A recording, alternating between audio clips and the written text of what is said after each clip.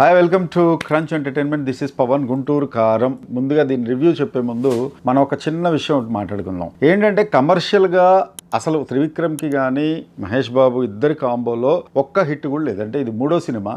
అతడి సినిమా కూడా commercially it is a disaster డెఫినెట్గా. ఇంకోటి కలేజా కూడా ఆ కలెక్షన్స్ వైజ్ అది కూడా డిజాస్టర్. అయితే డిజాస్టర్ అని ఎందుకన్నాను, అయినా కూడా జనాలకి చాలా బాగా నచ్చిందంటే బుల్లితెరలో బాగా నచ్చింది. ఇది మురళీమోహన్ గారు అతడి సినిమా నిర్మాత, అలాగే త్రివిక్రమ్ గారు కూడా థియేటర్లో ఎందుకు ఆడలేదు అని చెప్పి వాళ్ళు చాలా సార్లు దాని మీద మాట్లాడుకున్న సందర్భాలు ఉన్నాయట. ఇవన్నీ ఇంటర్వ్యూస్లో చదివినవే మనం. అయితే మరి ఇంత డిగ్ చేసి 99 అడుగులు తవ్వి ఒక అడుగు తవ్వితే నీళ్లు పడి ఒక మంచి సినిమా అవుట్పుట్ ఇవ్వడానికి త్రివిక్రమ్ గారు ఇన్నిసార్లు ఇది చేసి ఆ లాస్ట్ ఒక్క అడుగు రీచ్ కాలేకపోయారా అనిపించింది నాకైతే. ఎందుకంటే గుంటూరు కారంలో ఘాట్ అనేది మిస్ అయింది. ఆ ఘాట్ అనేది ఏంటంటే సెంటిమెంట్ ఎక్కువ అవటము, లేదా ఆ బలమైన ఒక సంభాషణలు కూడా పసలేదని అనిపించింది.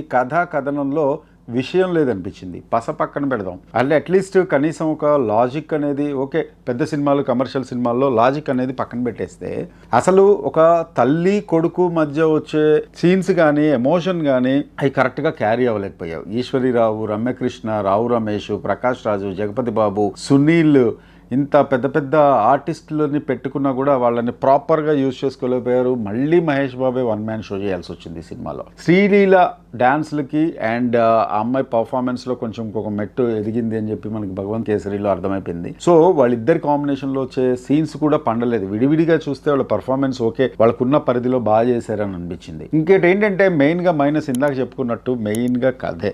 ఒక్క సంతకంతో తల్లి కొడుకుల మధ్యలో ఉండే బంధం అనేది చెరిగిపోదు.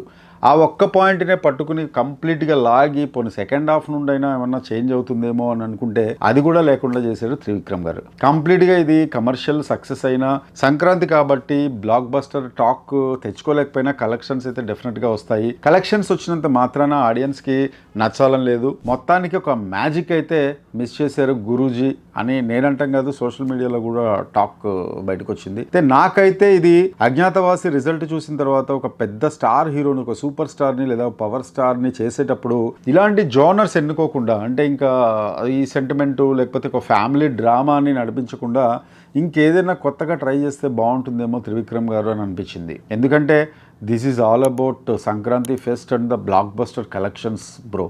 సో నాకైతే అలా అనిపించింది. ఫైనల్ ట్యాగ్ లైన్ ఏం చెప్తానంటే, ఇందాకే చెప్పాను నేను, గుంటూరులో కారం ఉంది కానీ ఘాటు మాత్రం లేదు. సో ఈ వీడియో మీకు నచ్చినట్టయితే కామెంట్స్ చెయ్యండి, బట్ డీసెంట్ కామెంట్స్ ఇవ్వండి. బికాజ్ చాలా జెన్యూన్గా చెప్తున్నాను, మీరు ఎలాంటి కామెంట్స్ ఇచ్చినా మేము తీసుకుంటాము. Please do watch crunch entertainment. Please subscribe and like and share.